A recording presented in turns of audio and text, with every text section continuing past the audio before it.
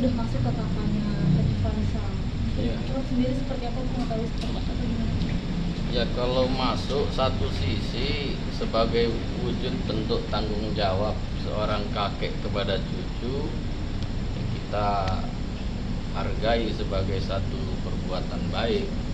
Kemudian kepada Dinas Kependudukan Jakarta Barat dengan pelayanan yang ekstra super kilat juga saya ucapkan terima kasih. Semoga pelayanan-pelayanan dengan masyarakat lainnya juga sama. Jangan hanya kepada satu orang memberi pelayanan ekstra, tapi kepada masyarakat lain tidak. Tapi kabarnya keluarga semua tidak mengetahui dari keluarga Kak Vanessa. Iya, jadi kalau itu saya tidak tahu, saya hanya melihat statement Pak RT yang katanya tidak ada izin, tidak ada tanda tangan Pak RT ketika mengajukan itu. Nah, saya kaget ketika melihat video itu, artinya ada penyeludupan data di situ. Nah, sementara kita tahu bersama pengajuan hak perwalian di pengadilan belum selesai, bahkan belum sidang. Artinya ya sabar dulu, tunggu dulu putusan pengadilan hak walinya kepada siapa, sehingga secara legal bisa dimasukkan ke dalam kartu keluarga. Ini bukan hal sepele, ini menyangkut efek hukum. Nah, ini saya harap juga kepada Dirjen Kependudukan, kepada Gubernur DKI, kepada Menteri Dalam Negeri bisa segera ini melihat ke bawah apa yang dilakukan anak buah kita di bawah ini tentang hal ini. Kenapa ada penyeludupan data kependudukan yang pada saat ini sangat viral di mana-mana, apalagi Indonesia hari ini sedang berbenah tentang data-data kependudukan, banyak yang dibilang ganda, itu kan harus menjadi perhatian khusus. Nah, dengan adanya ini ya saya sangat terkejut sebagai masyarakat biasa. Adanya pelayanan ekstra itu luar biasa bagi saya, karena saya sendiri itu datang mengurus dari bawah, mengurus KTP itu saya datang langsung, saya tanda tangan langsung, semuanya seorang Bambang aja melakukan hal yang seperti itu sebagai masyarakat biasa. Prof kaget nggak sih saat tahu ternyata sudah diurus tapi tanpa izin Pak RT? Loh ya kaget artinya satu sisi bagus, satu sisi memberi gambaran contoh kepada masyarakat Indonesia agar tidak melakukan hal yang sama. Jadi ambil positifnya aja, ini edukasi buat masyarakat Indonesia, jangan mempraktekkan hal yang sama karena ini melanggar hukum. Prof, ini kan rasanya permasalahan semakin panjang gitu ya. Prof sendiri sebagai guru spiritual almarhumah dan bisa dibilang mediator atau penengah dari keluarga, melihat ini seperti apa sih, Prof? Ya, saya sangat sedih ya, sangat prihatin sekali atas kejadian-kejadian belakangan ini. Tiap hari di media sosial, di YouTube, di TV penuh dengan kegaduhan, seakan-akan tidak ada kedamaian. Padahal pelakunya hanya 2 orang, ributnya sudah seperti pilpres, dukung 01, dukung 02 atau partai A dan partai B, luar biasa sekali. Artinya apa? Kita harus sikapi dengan kepala dingin, dengan kerendah hatian, supaya semua pihak bisa mengedepankan kemanusiaan, mengingat masa depan Gala itu jauh lebih penting. Tapi Prof sendiri mungkin sudah pembicaraan dengan, kalau dibilang nggak dekat, ya dekat, tapi kedekatan itu sepanjang ya kalau kita bilang ya kakak beradik aja, nggak ada yang lebih-lebih. Mungkin melihat perjalanan karir Kak Vanessa sendiri, mungkin Prof juga mengikuti kah?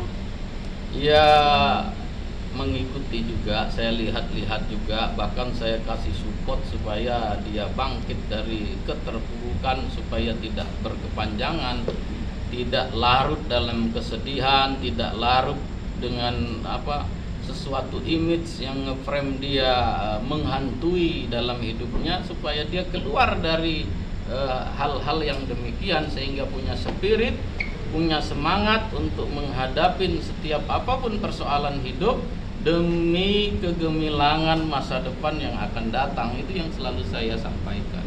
Prof, nasihat sendiri mungkin untuk keluarga Bibi dan Kak Vanessa sendiri seperti apa? Ini kan sudah jauh misalnya. Ya, saya harap tadi supaya kedua belah pihak menenangkan diri, introspeksi diri, mendamaikan hati, mengedepankan kemanusiaan, mengingat masa depan Gala ke depan jauh lebih penting. Tidak ada persoalan itu yang selesainya dengan bagus jika tidak mengedepankan kemanusiaan dan merendahkan ego, karena ego ini yang kerok permasalahan yang ada di dunia ini. Tapi dari pihak Bibi sendiri kan sudah mau damai dan Prof, tapi Dedi mungkin tidak mau karena sudah biar menyerahkan saja kepada Ya, mungkin kita tidak tahu damainya damai seperti apa hanya sekedar judulnya damai tapi isinya tidak mendamaikan hati, kan kita tidak tahu. Itu yang tahu bapaknya Vanessa, ya, bukan saya nggak tahu, belum dikasih tahu. Tapi kalau bapaknya Vanessa berargumen seperti itu kan pasti ada apa-apanya. Ya, tidak ada satu lembaga hukum yang mengadili dan kita anggap bisa fair di Indonesia ini kecuali pengadilan. Dia akan memutuskan berdasarkan hukum yang berlaku seadil-adilnya, dan saya yakin hakimnya bijak, bahkan hakimnya taat kepada Tuhan sehingga memutuskan perkara. Semangat keadilan dikedepankan demi kemanusiaan, demi nasib seorang anak yang tanpa bapak dan tanpa ibu. Tapi Prof, mungkin ini seperti apa sih, kan udah panjang, terus jadi konsumsi publik juga gitu. Harus menyayangkan nggak sih Prof sendiri? Ya, sangat menyayangkan kegaduhan publik ini luar biasa.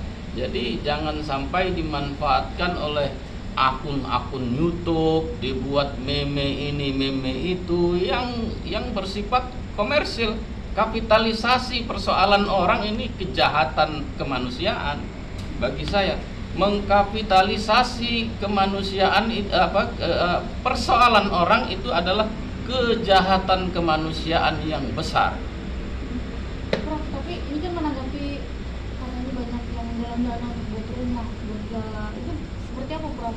Kan dari keluarga sendiri tidak terima. Ya, dengan niat baik itu kita harus acungin jempol, tapi niat baik itu harus dilaksanakan dengan cara yang baik, dengan cara yang tidak menyinggung pihak manapun, dengan cara yang mengikuti aturan hukum yang ada di negara ini.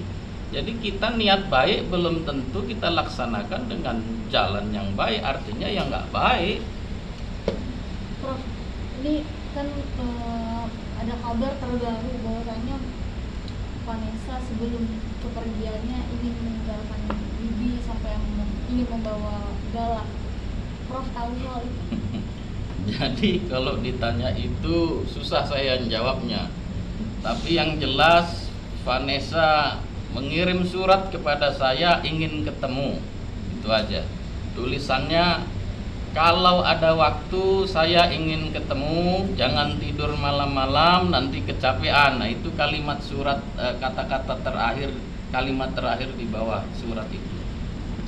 Jadi prolognya apa, sebelum mengirim surat itu apa, karena memang saya sibuk sekali, hampir tidak punya waktu untuk Vanessa di akhir-akhir itu, sehingga saya belum punya waktu untuk memberi jadwal ketemu dia. Pada saat saya punya jadwal, dia berangkat ke Bali. Nah, pulang dari Bali itu saya pergi lagi, akhirnya dia mengirim surat itu kepada saya. Artinya belum sempat cerita karena Cerita ada, cuman baru gambaran umum, tapi tidak detail face to face tentunya. Tapi saya sudah bisa menangkap dan sangat bisa menangkap apa yang dia inginkan dari perjalanan itu. apa, Prof? Ya, itu biar saya yang tahu. Tapi maksud Saya nggak mau nanti jadi fitnah, nanti katanya saya hoak. Ya saya ini cendekiawan satu sisi, walaupun satu sisi saya juga ilmuwan. Moral saya kedepankan ya itu. Jadi setiap statement yang keluar dari mulut saya itu saya pertanggungjawabkan secara ilmiah, secara moral dan dunia akhirat. Jadi bukan sembarangan saya selalu memberikan statement, di mana-mana saya selalu seperti itu. Berpikir matang itu jauh lebih baik sebelum kita bertindak. Ini terakhir saya, Prof, apa yang mau disampaikan sebaiknya keluarga seperti apa, dan untuk netizen juga banyak yang menghujat. Ya, jadi sebaiknya gitu. begini, para netizen yang tidak tahu persis persoalan ya menonton saja, jangan memperkeruh suasana seolah gaduhnya ini melebihi pertarungan politik antara kubu A dan kubu B ingin nyalon gubernur atau nyalon presiden. Ini persoalan sederhana, persoalan seorang kakek, dua orang kakek yang sama-sama ingin mengurus cucunya. Sederhana sekali.